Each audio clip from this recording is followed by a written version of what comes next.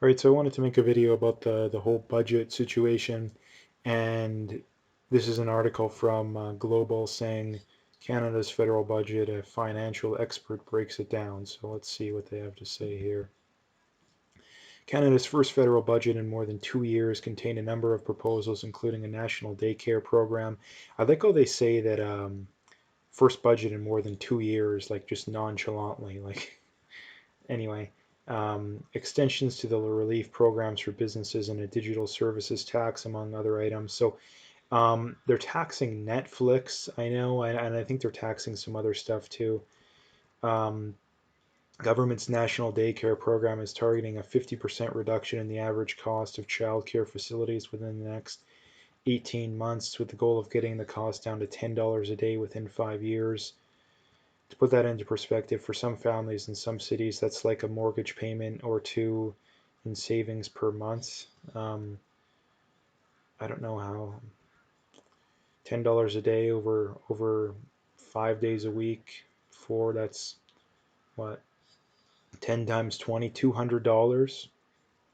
I don't know. That doesn't seem like a mortgage payment to me, but maybe there's something I'm missing there. This is expected to cost 30 billion over the 5 years to set up. Um, and once it's up and running, it will cost about 8.3 billion per year in perpetuity. Do they say how they're actually going to pay for that? Doesn't look like it, but anyway. The budget also revealed extensions for existing programs like the Canada Recovery Benefit, which was originally expected to expire in June, but is now being extended 12 weeks. Again, obviously, no way to pay for that. The first 4 weeks are still going to be the same 500 per week benefit, but then it's going to decrease to 300 for the remaining 8 weeks. He says adding Canadians are going to have to start see a tapering off of a lot of benefits. So that's how they're going to do it, I guess. Whatever. An extra 4 weeks have been added to their Canada Recovery Caregiving benefits. Um, okay. One of the government's federal introduction of a digital sales tax will be a 3% tax that will be levied against companies like Facebook, Amazon, and Google.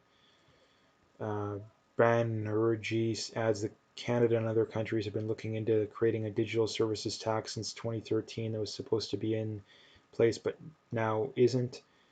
Just in case it takes a few more years before that effort is sort of initiated, Canada saying, well, we're going to have to put this 3% tax. It will eventually get replaced by this one multiple countries are working on. For Canadians 75 and older, Banerjee says he will receive a one-time lump sum of $500 this August. And starting next year, those receiving old age security will get a permanent 10% increase. So again, where are we getting the money for this, right? Like, where are we getting the money for this? That's worth about $766 more per year in your pocket. It will be indexed to inflation. Not only that, again, they're indexing it to inflation too. So that number is going to be going up every year. Canada's net debt is now over 1 trillion for the first time ever, after a $354 billion deficit for the pandemic year, which is expected to keep climbing deficits of nearly 155 billion this year and 60 in 2022, 2023. Again, they always go over those estimates too. The plan in the budget so far is we're going to tackle that by growing the economy fast enough we can manage the debt load. Um, yeah, I mean, who actually believes that? Like the Liberals have been running Canada for almost, what is it, roughly 5 years, 4 years at the least, with a worsening economy almost the entire time. Again, if they had some magic way of growing the economy, why didn't they do it? But anyway, and that's great if it works, but if we take a look at the history books, the last time we had significant debt loads, they have been followed by significant cuts as well. Again, this is something that I need to point out, that's something that's very, very important. Um, we're going to get cuts at some point. We can either have small or even medium sized cuts now, or we can have massive cuts in the future. For all the people thinking that we can have free everything, it's not going to last, right? There's no mathematical way for it to last. So again, we can either have a soft landing right now or we can have a hard landing down the road. And most people seem to be choosing the hard landing. Anyway, he adds if the plan doesn't work, there's a higher probability Canada will see more severe cuts than the country did in the mid 90s when debts and deficits were out of control. Again, this quote unquote expert that Global News had on here is saying exactly what I'm saying. Higher probability Canada will see more severe cuts than we did in the mid 90s. Again, they're coming one way or the other. Right now, again, the let's be honest about it. The leftists, the liberals, and the NDP supporters seem to think that money grows on trees, for lack of a better way of putting it, and it's worked for long enough that a whole generation of people, even two generations probably, have gotten away with holding those beliefs,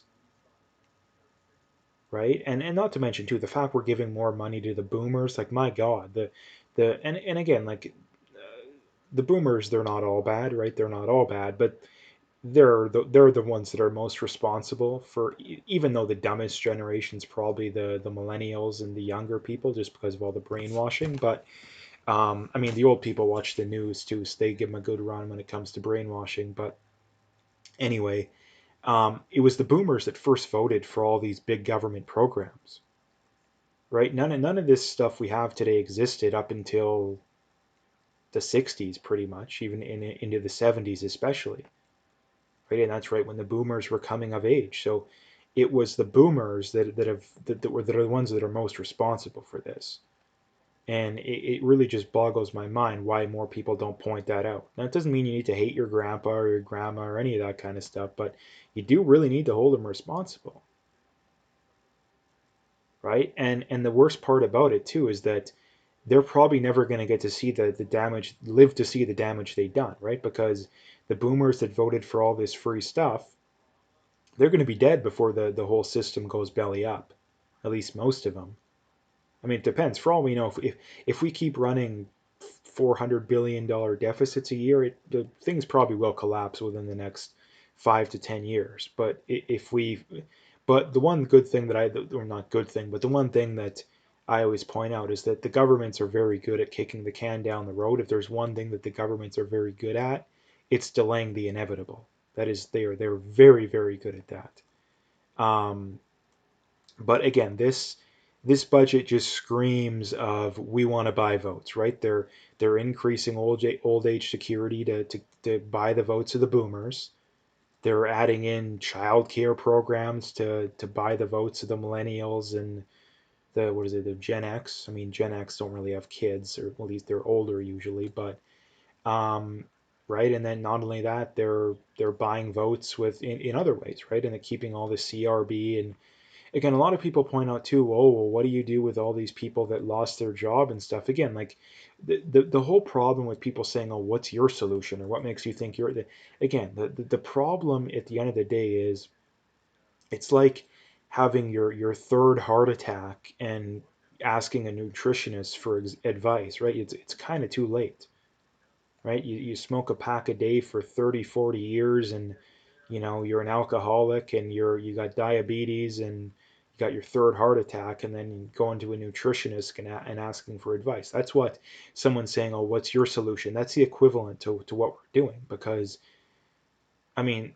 like I said, that there's no in the long run, there's no solution that isn't going to include cuts.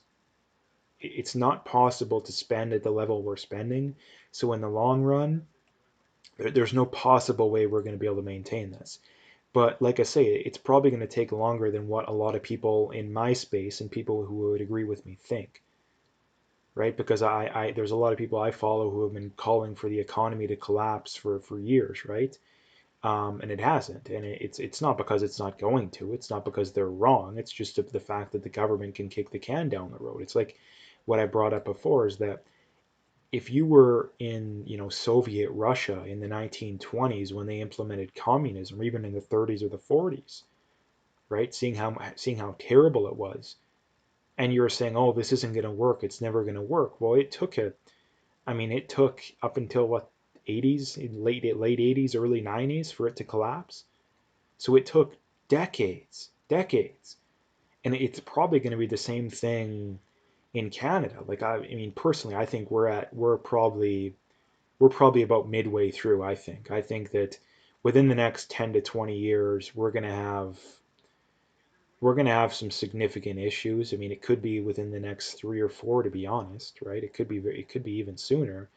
But I don't see us making another generation with what we're doing being able to continue. Like again, mathematically, we already know it's not possible. There's no way we can run the amount of the deficits we're currently running and be able to continue things. There's no way we can give out the amount of free stuff we're giving out and be able to continue things. It's not mathematically possible, right?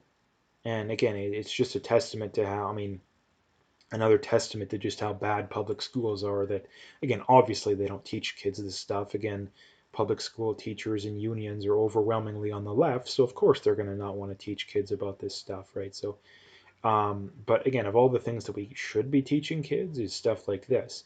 And again, the other thing too is that people seem to spin this as that it's good for people. Again, like, if someone is hooked on welfare and that's the only way they can get by, is that really good for them? Like, again, people make it seem like, oh, the affordable housing and all. No, it's not. Like, look at the ghettos in the States. Like, is that a good quality of life? No, it isn't, right? It isn't. And people say, oh, we need a UBI, that'll fix that. Okay, well, then things just get more expensive in perpetuity. It's going to be the same thing for this Netflix and Amazon and Facebook tax. They're just going to raise their prices. Do you really think that they're just going to be like, okay, guys, let's just take a 3% hit? No, they're not going to do that, because then why would every government would do that? Like, how stupid do you think these people are?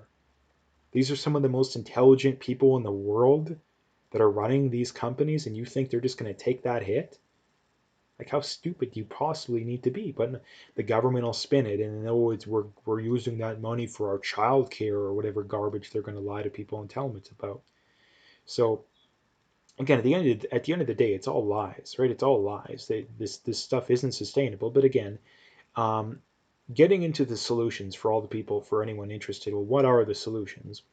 The one thing I would point out too is that there's no way you would sell the majority of people on what we actually need to do.